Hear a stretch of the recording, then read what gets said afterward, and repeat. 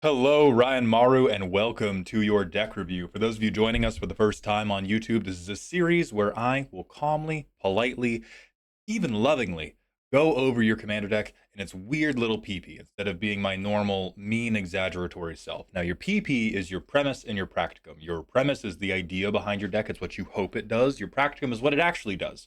We're going to spend a little bit of time talking about this deck builder's idea, whether or not that can coexist with the bracket they want to play at, and then after that, if there's anything in the 99 that could be better. This is an upgraded Killian precon, and the big problem we have with it is not anything in the deck, it's who we have to play it against. This deck works very well in person and works really, really poorly online. Now, I know there is no specific entreaty for me to solve this with your cards, but I am going to do my best. What I think the best thing you could do to fix the political issue is not a change to the cards, it's a change to the mindset. Now, take all of this with a grain of salt because I have not played a commander game against you. I don't know exactly how you politic. I don't know what you politic for, but because you mention being sociable and being the political player being the right way to play, it makes me think that we are likely trying to make deals. We are trying to extract value out of the things we can do for other people, like Duelist Heritage, out of maybe maybe enchanting other people's things with our Voltron enchantments to do this political stuff.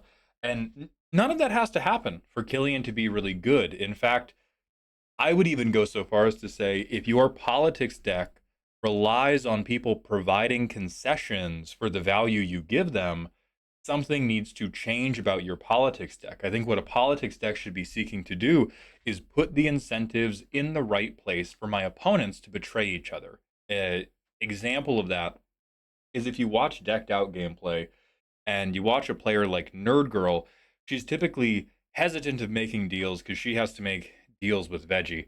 But she really doesn't like to leave damage behind.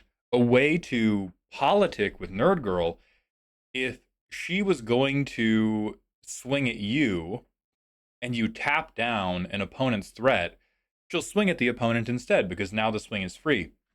And so, what may work if you want to be able to play this deck more often is force yourself to go through some practice games where you make zero deals. And this is just a deck that points at my opponent's stuff every once in a while and figure out how do I navigate this when I am barred from asking people to cooperate with me in any way because I do not think this deck requires cooperation. I agree, like most decks, it's way more fun when you can be sociable. It's way more fun when you can ask for cooperation. Um, but if we're currently in a spot where we feel like we can't play this in certain online lobbies because we can't get that cooperation, I think that can be solved by changing our decision tree a little bit and not actually by changing the 99. So we put in some new enchantments to maybe buff up our ability to finish a game, buff up our combat damage, and then protect ourselves a little bit better. I think I agree with all of these.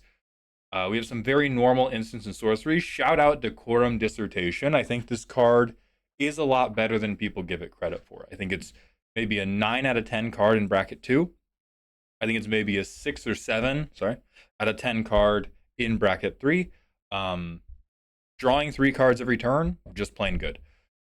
Now, for the creatures that we've put in, of course, Light Paws is crazy. Ondu Spirit Dancer, definitely good. I don't believe in Victor. I believe in Victor when you have Light Paws or Ondu Spirit Dancer on field, or after you have cast Decorum Dissertation. I'm not certain. I believe in your card draw so much that you're going to be able to regularly double spell. And if we can't regularly double spell, I'm not sold that Surveil 2 is quite good enough unless we also have some type of like crazy over the top recursion thing going on. Um, that said, I could be sold on him. I don't think I could be sold on Yeva. I think this is really, really weak. Getting back one enchantment from graveyard to hand for 4 mana seems not good enough, and I don't see why we would be in the business of sacrificing our own enchantments. And so I can't imagine we're getting, a tremendous amount of +1/+1 counters in Scry 1. um, but that said, let me go to the playtest and see see what's happening here. Let's see. We have a tap land. We don't have ramp. We do have a cost reducer, but this hand can't get to our commander. I think I might risk it because I have a tap land. Okay, I'm rewarded. I get my third land immediately. Best card in the deck. Great. So I go Killian. I go Killian. We go to our next turn. I shock in a Godless Shrine.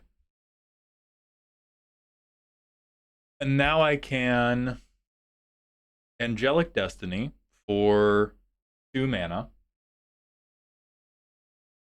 I think I probably put this on Killian. And then I could drop Ethereal Armor if I was a really, really greedy boy. I think I might do that. I think I drop Hateful Eidolon. I think I drop Ethereal Armor.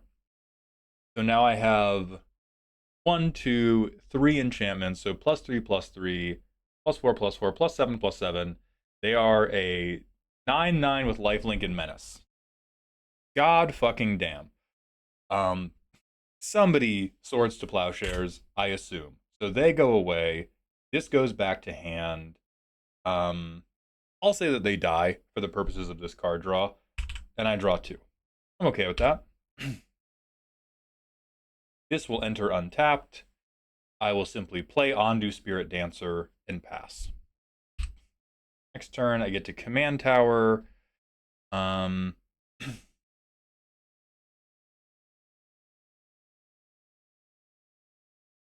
I mean,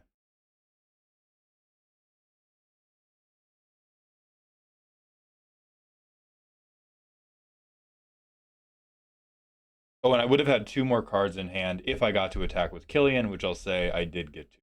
So I love confirmation bias.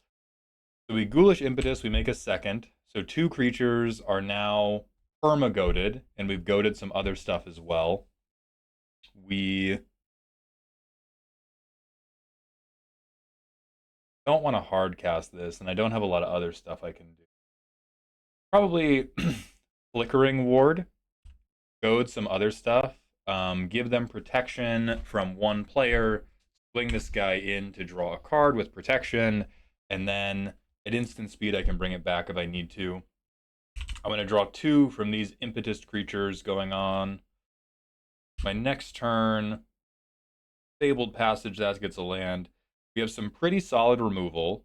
Okay, yeah, I think this deck clean works. I think you're definitely nickel and diming people the whole way, but it seems like we have a fair amount of draw power. I believe in Victor, seeing this run out. You know, we didn't see Victor, but we did see a number of turns where we were able to play or at least have 2 enchantments enter. So I'm kind of down with that. I do worry a little bit about what our card draw section looks like if we don't get our commander to stick.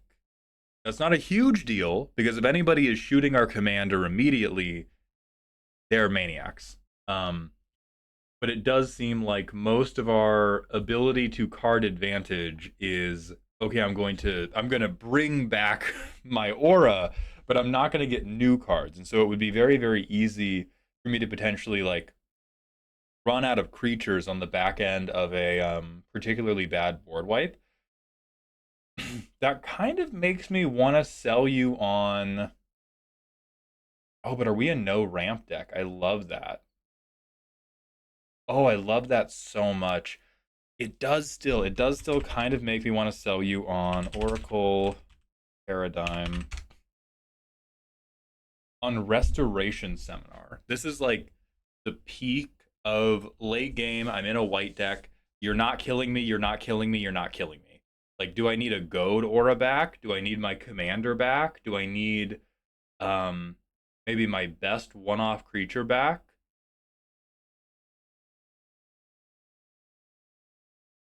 Our best one-off creatures are not that good, huh? Interesting.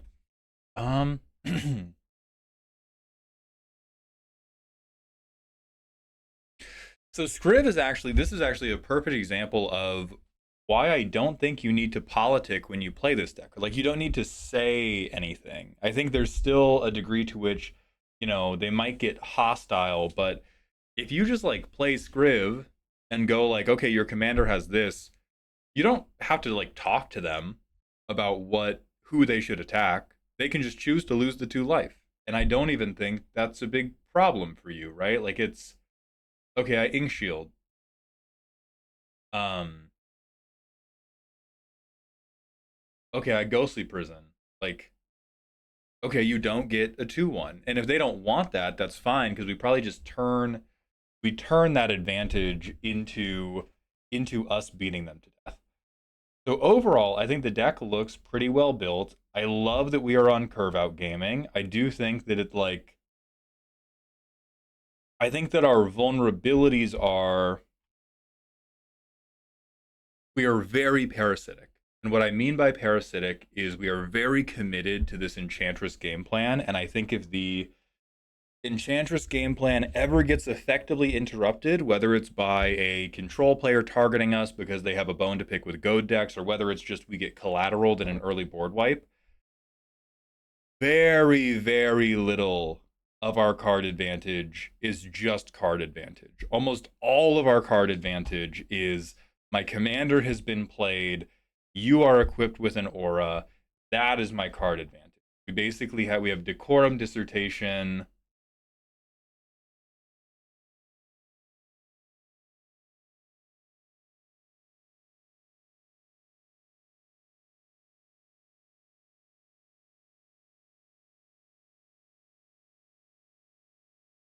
Hmm.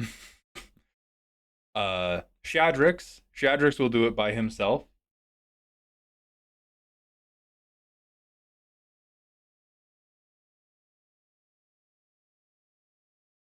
Trouble in even trouble in pairs. Our opponents can just choose to not trigger this for us.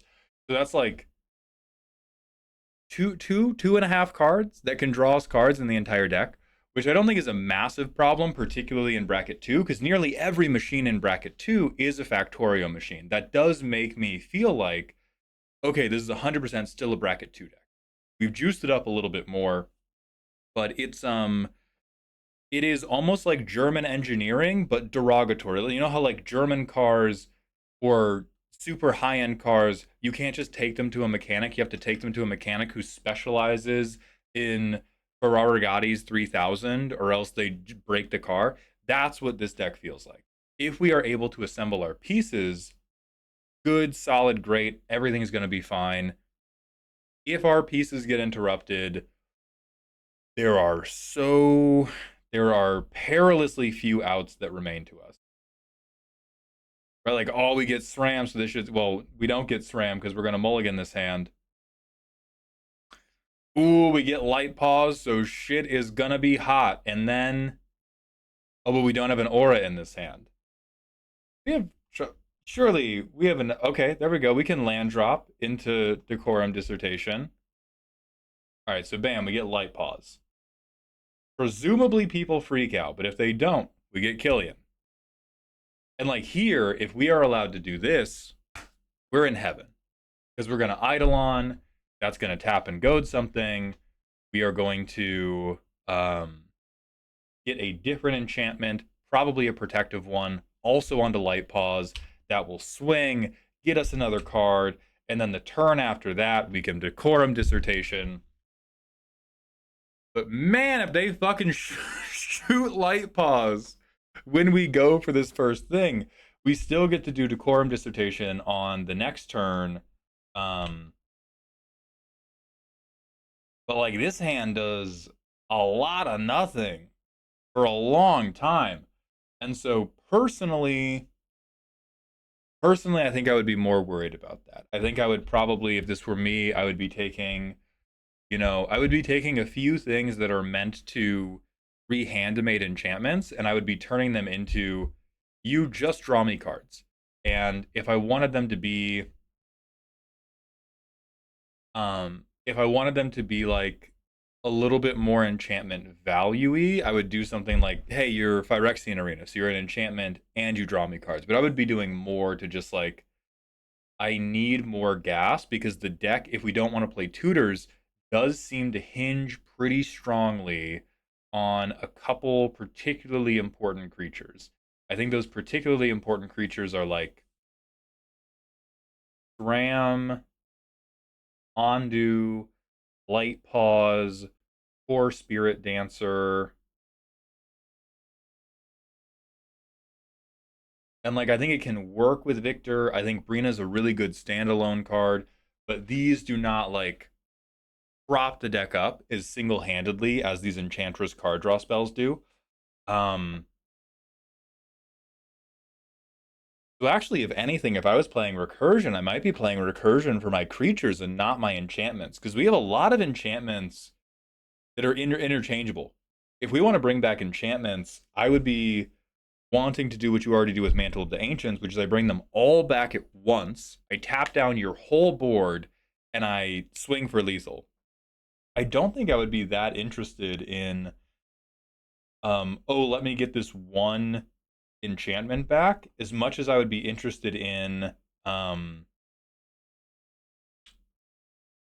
let me get, I mean, this is repeatable, is nice, and it has flying.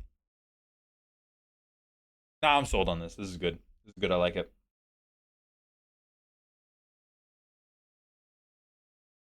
Yeah, like Fallen Ideal coming back to hand, I don't think is important as like oh, here's a great example. Maybe we have this already.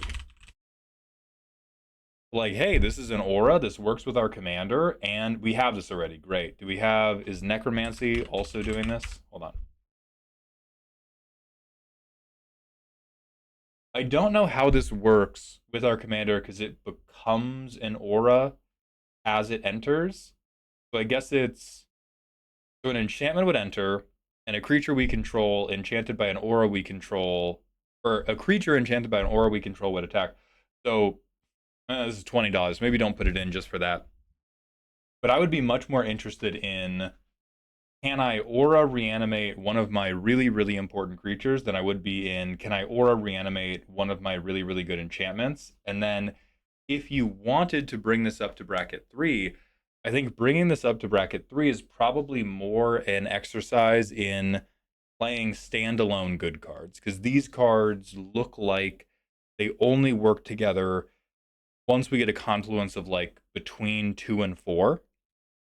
And so I think the best individual ads you could have are Necromancy, Restoration Seminar, although that one is a little bit flighty without ramp, but I do think you can get there. Um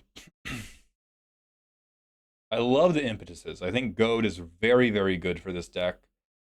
Uh, but like we could cut Screams from Within in a moment and not notice. We could cut. Yeah, Scriv has Death Touch. That's not nothing, but I think you could cut Scriv. Um,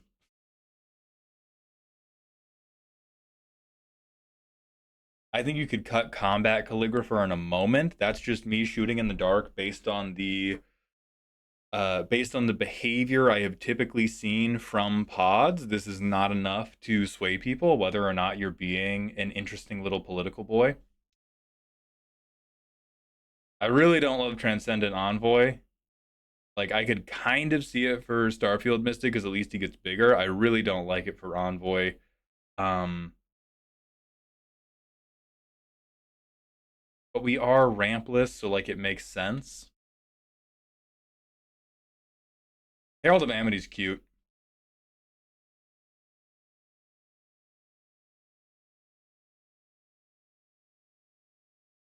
Hey, look at, what do we have on our sideboard? Don't play that. You could play that. I think this would be pretty solid. You could curve out into your commander with this, and this would just get you some good old fashioned card advantage, and as a way to build a political bridge with people that won't make them angry. Uh, this would be great. Standalone card advantage, and you don't have to give it to everybody. I don't love this one.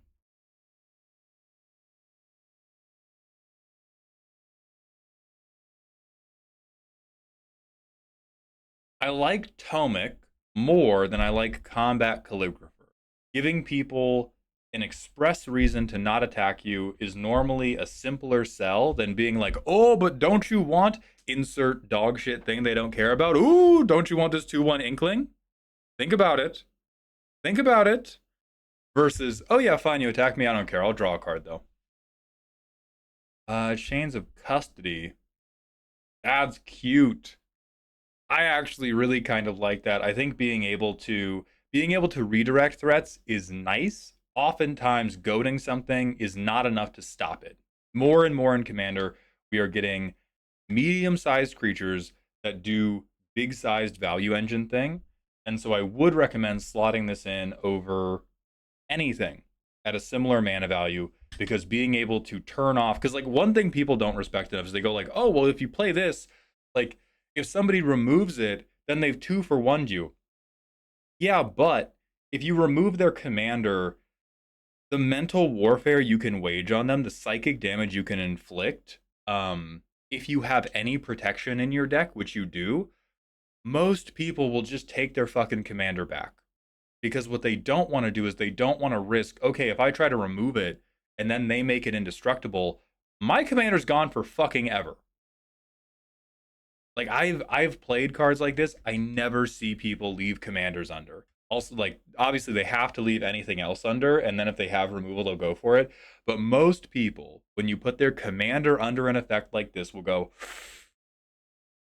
yeah, give it back. And then you just got a removal spell that draws you a card with Killian. So I think that should go in immediately. Um, don't play this guy. He was really cute in the pre-con, but he doesn't do anything. This is dope. What's our? I think you could put that in. I think you put that and Restoration Seminar in, and those are your two like big expensive late game options. Um, I don't love a Johnny's Chosen. I don't hate it, but this is not a deck where I feel like bodies, bodies, bodies is our big problem. I think our big problem is we have a couple very important bodies we have to protect or bring back, and we need hard answers to stuff that is more than a combat damage threat. Deck as it's built, very good at dealing with the Galtas of the world. I goad you 3 times, I've basically won. If it's anything but Galta, I like have to find Sheltered by Ghosts. Fuck. You have a Spellslinger deck and Iroh's dropped on the field, he doesn't give a shit that I've goaded him. They're still winning. And so having, even 1 or 2 more options for something like that would be very, very powerful. So I'd bring in Keen Duelist, Secret Rendezvous, Eldrazi Conscription, and Chains of Custody from the sideboard. I would swap Tomic for Combat Calligrapher and just see how it goes. Your mileage may vary on that one. Necromancy would be great if you get it on printer paper or just test it out online. Um, and then Restoration Seminar would be one of the few things I would consider just adding apropos of nothing, because being able to bring back your best thing over and over, that's so hot. Just bring back Scriv every turn. I have a Death Etching blocker every turn. Fuck you. I don't care. Fuck you. Um, but I like this. I mean, it's good, solid, clean fun, and I'm sorry that people are dicks to you online, but I do think that can be navigated by learning how to shut the fuck up. Um, so I wish you the best of luck, and I do hope this helps.